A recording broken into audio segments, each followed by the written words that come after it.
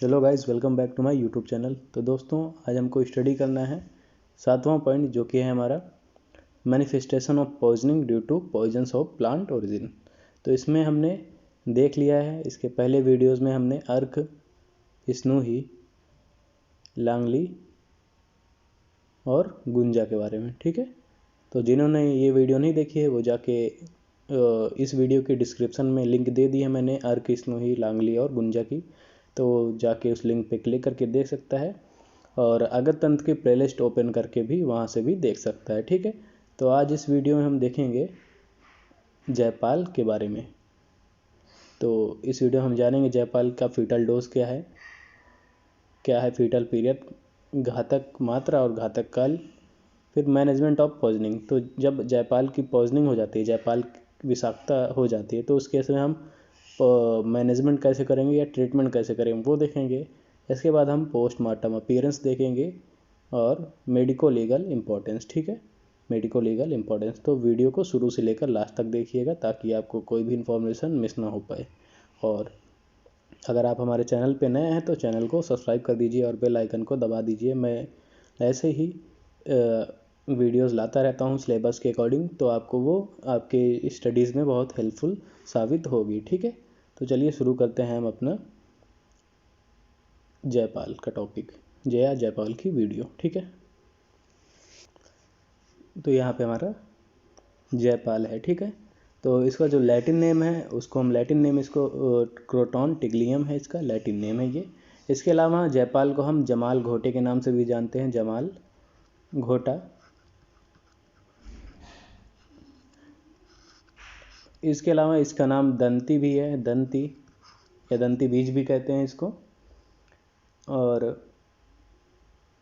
English name इसका है परगिंग croton, ठीक है। तो ये परगेशन करवाता है, मतलब विरेचन करवाता है, इसलिए इसका नाम जमाल घोटा या परगिंग क्रोटॉन है। तो जमाल घोटा आप जानते होंगे कि इसको खाने से या पीने से क्या होता है, परगेशन होता है, मतलब लैट्रिन होती है, अनकंट्रोलेबल लैट्रिन, ठीक है। तो ये प्लांट होता है। तो यहाँ पे ये जयपाल है, यही है, फ्रूट इसका लगा हुआ है जयपाल का, और इसकी पत्तियाँ देख लीजिए आप, ऐसे होती हैं पत्तियाँ इसकी। ये फ्लावर है इसका, और यहाँ पे फ्रूट लगा हुआ है। तो ये वो आपने देखा होगा द्रवगुण सेकेंड ईयर में, ठीक है।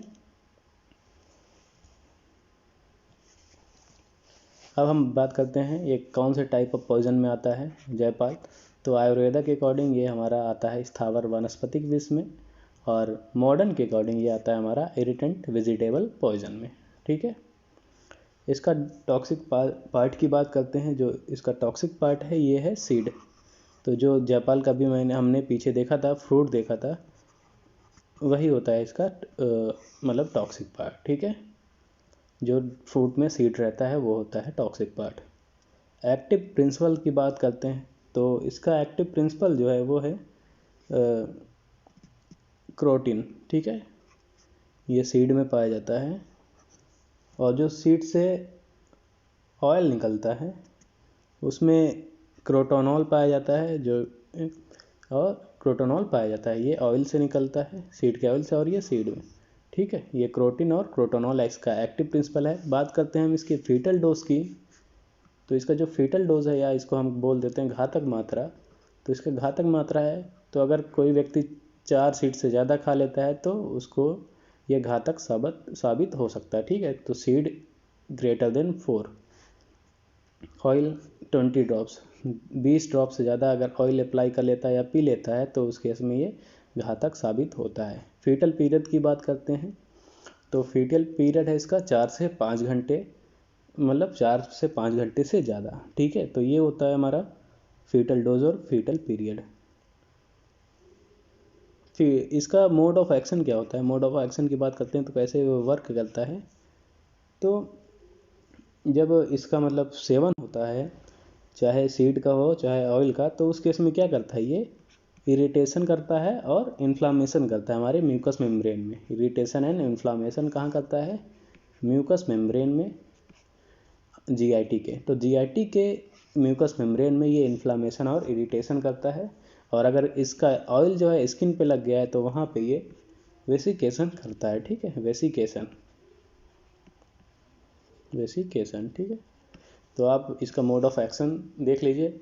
और अगर आयुर्वेद में बात करते हैं तो ये क्या करता है, ये पित्त विकृति करता है और उष्णवीर होने के कारण पाक और शोफ को उत्पन्न करता है। तो ये जो हमारा पित्त दोष है उसको विकृत कर देगा और उष्णवीर होने के कारण ये पाक और शोफ को उत्पन्न करता है, ठीक है। इसके अलावा कटु विपाक इसमें होता है, इसके कारण भी ये शोफ और पाक उत्पन्न करेगा। और तीव्र विरेचक प्रभाव के कारण, इसका प्रभाव जो है वो तीव्र विरेचक है, तीव्र विरेचक ये प्रभाव होता है इसका। तो इसके कारण क्या करता है, ये अतिसार करता है, ठीक है। तो अगर इसको सेवन कर लिया तो अतिसार होता है, आप जानते ही हैं, क्योंकि इसका प्रभाव जो है वो तीव्र विरेचक है, ठीक है।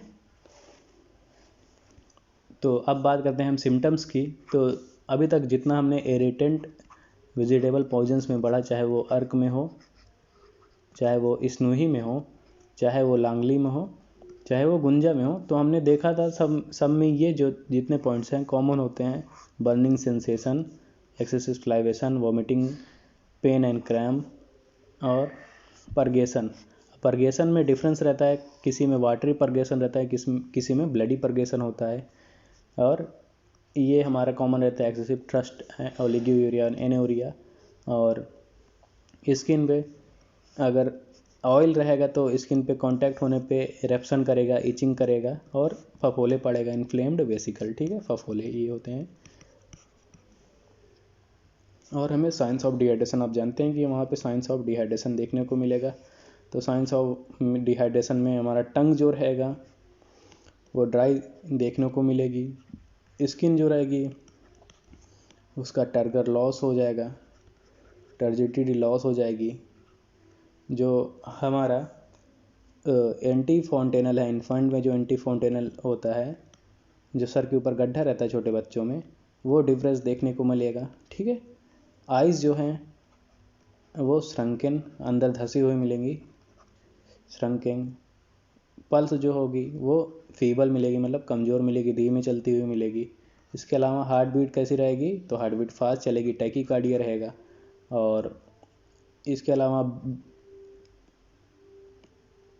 ब्लड प्रेशर क्या रहेगा, ब्लड प्रेशर हमारा वो हाइपोटेंशन, ठीक है। और इसी में साइंस ऑफ डिहाइड्रेशन में आता है कि व्यक्ति की मौत हो सकती है, एक मिनट, व्यक्ति की मौत हो सकती है किसके कारण, हाइपो वॉल्यूमिक शॉक के कारण और कार्डियक फेलियर के कारण, ठीक है। तो ये सारा हमारा साइंस ऑफ डिहाइड्रेशन में आता है। क्या क्या आता है, टंग जो होती है सूखी हुई मिल सकती है, स्किन टर्जिडिटी लॉस हो सकती है, एंटी फोंटेनल हमारा डिफरेंस देखने को मिल सकता है, आइज़ जो है वो श्रंकन देखने को मिल सकती है, पल्स फीबल, हार्ट बीट कैसी रहेगी, बढ़ी हुई मिलेगी, टैकीकार्डिया। ब्लड प्रेशर में देखेंगे तो हाइपोटेंशन मिलेगा। और डेथ हो सकती है किसके कारण, हाइपोवॉल्यूमिक शॉक के कारण और कार्डियक फेलियर के कारण, ठीक है।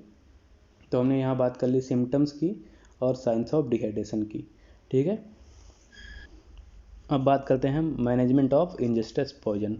तो कैसे ट्रीटमेंट करना है, अगर किसी ने जायफल का सेवन कर लिया है तो उसको कैसे ट्रीट करना है, क्या इलाज रहेगा, वो सब जानेंगे। तो सबसे पहले हम देखते हैं रिससिटेशन। तो सबसे पहले अगर पेशेंट डिहाइड्रेट ज़्यादा हो गया तो डिहाइड्रेशन के केस में हम वहाँ पे आईवी फ्लूइड चढ़ाएंगे जो कि आरएल रहेगा। और हाइपोवॉल्यूमिक शॉक के कारण वहाँ पे हमको इंजेक्शन डोपामाइन देना है डीएनएस के साथ, ठीक है। इसका जो डोज है ये है, ठीक है, डोज है ये 5 माइक्रोग्राम पर केजी पर मिनट, ठीक। इसके अलावा अगर जो पॉइज़न है, जो हमारा जायफल विष है, वो एब्जॉर्ब नहीं हुआ है, अनएब्जॉर्ब है, उस केस में अगर पेशेंट कॉन्शियस है, बेहोश नहीं हुआ है, अपने होशो हवास में है और उसके वाइटल्स जो हैं स्टेबल है, तो उस केस में हम एमेसिस करवाते हैं, मतलब वमन करवाते हैं। तो वमन करवाने के लिए हम वहाँ पे नमक पानी का यूज़ कर सकते हैं। इसके अलावा हम सिरप इपिकैक आता है उसका भी प्रयोग कर सकते हैं, जिसका डोज है 30 ml फॉर एडल्ट, ठीक है। और दूसरा केस जो है, अगर पेशेंट जो है वो बेहोश है, अपने होशो हवास में नहीं है और उसको जो वाइटल्स हैं अनस्टेबल हैं, तो उस केस में हम वहाँ पे स्टमक वाश कराते हैं केमनोफोर सॉल्यूशन के थ्रू। ठीक है, इसके अलावा आयुर्वेद में कुछ बात कर लेते हैं। आयुर्वेदा में तो डिहाइड्रेशन के केस में हम आयुर्वेदा में आईवी फ्लूइड की जगह वहाँ पे हम सड़ंग पानी का प्रयोग करते हैं या शीत जल का प्रयोग करते हैं। तो सड़ंग पानी का यूज़ कर सकते हैं या शीत जल का प्रयोग कर सकते हैं। इसके अलावा अगर पेशेंट जब कॉन्शियस है तो उस केस में हम सॉल्ट वाटर की जगह यहाँ पे हम EST मधुफांट का प्रयोग कर सकते हैं। EST मधुफांट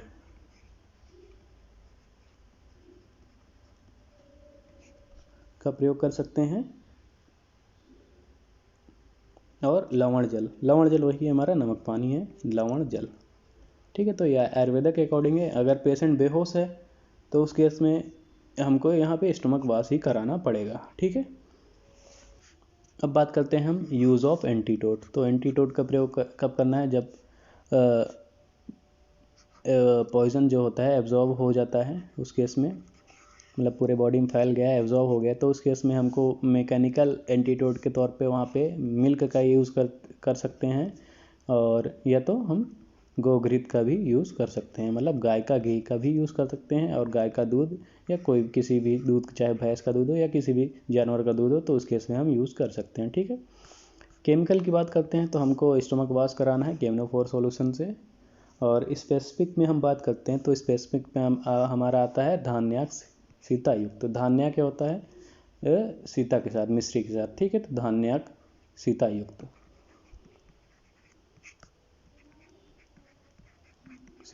युक्त, ठीक। नेक्स्ट हम देखते हैं सिम्टोमेटिक मैनेजमेंट, लाक्षणिक चिकित्सा। तो जैसे अगर बर्निंग हो रही है पेशेंट को तो उस केस में हम रेनिटिडिन का प्रयोग कर सकते हैं। अगर आयुर्वेदा की बात करते हैं तो हम वहाँ पे धान्याक हिम दे सकते हैं। तो धान्याक हिम आता है आयुर्वेदा में जलन के लिए। ठीक है, तो जलन के लिए हम वहाँ पे धान्याक हिम दे सकते हैं अगर हमारे पास रेनिटिडिन नहीं है। और एब्डोमेन कॉलिक पेन के केस में हम वहाँ पे डाइसाइक्लोएमाइन दे सकते हैं। ठीक है, अब बात करते हैं हम पोस्टमार्टम अपीयरेंस। तो पोस्टमार्टम में हमें क्या देखने को मिलेगा? अगर व्यक्ति की मृत्यु जो है वो जयपाल से हुई है, जयपाल विषाक्तता के कारण, तो उस केस में एक्सटर्नल फाइंडिंग्स में हमें क्या देखने को मिलेगा? तो एक्सटर्नल फाइंडिंग में हमें फफोले देखने को मिल सकते हैं, क्योंकि जो ऑयल है उसका स्किन कांटेक्ट होने के कारण वहाँ पे इन्फ्लामेशन, रेडनेस या एरप्शन देखने को मिल सकता है। साथ में हमको वेसिकल्स मतलब फफोले देखने को मिल सकते हैं। इंटरनल फाइंडिंग्स की हम बात करते हैं तो इंटरनल फाइंडिंग्स में हमको गैस्ट्रोइंटेस्टाइनल ट्रैक्ट में इन्फ्लामेशन और कंजेशन के साथ साथ इरोजन और सब म्यूकस हेमरेज देखने को मिल सकते हैं। ठीक है, तो यहाँ पे आप ध्यान रखिएगा, इन्फ्लामेशन और कंजेशन के साथ साथ आपको इरोजन और सब म्यूकस हेमरेज देखने को मिल सकते हैं। सेकेंड पॉइंट जो है हमारा ये है कि यहाँ पे आपको फ्रेगमेंट ऑफ सीड रेजिड्यू देखने को मिल सकता है। जो भी सीड रेजिड्यू है, जो भी खाया गया है सीड, उसके रेजिड्यू देखने को मिल सकते हैं। कहाँ पे? स्टमक में। ठीक है, तो हमारे स्टमक में, या इसको हम आमाशय कह सकते हैं, तो आमाशय में हमारे सीड रेजिड्यू देखने को मिल सकते हैं। ठीक है, तो आप ध्यान में रखिएगा एक्सटर्नल और इंटरनल फाइंडिंग।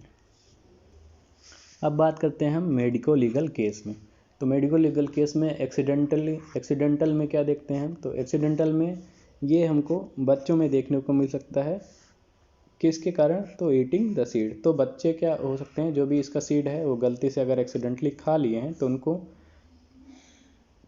उनमें ये एक्सीडेंटल केस के तौर पे देखने को मिल सकता है। सुसाइडल में ये नहीं देखने को मिल सकता क्योंकि it is nearly not possible, तो इससे सुसाइड करना नामुमकिन है, तो इस कारण सुसाइडल देखने को नहीं मिलता है। जबकि हेमिसाइडल देखने को मिल सकता है।